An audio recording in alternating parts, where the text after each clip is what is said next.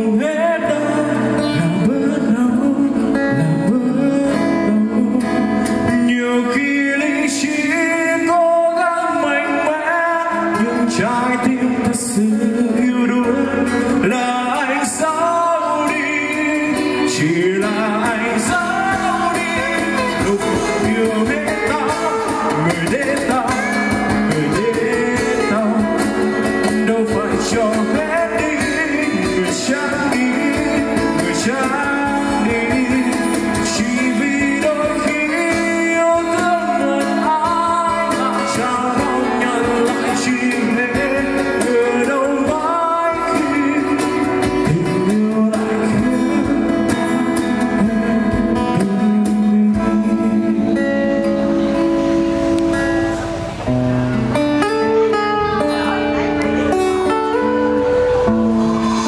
Vâng, và xin cảm ơn tất cả mọi người rất nhiều.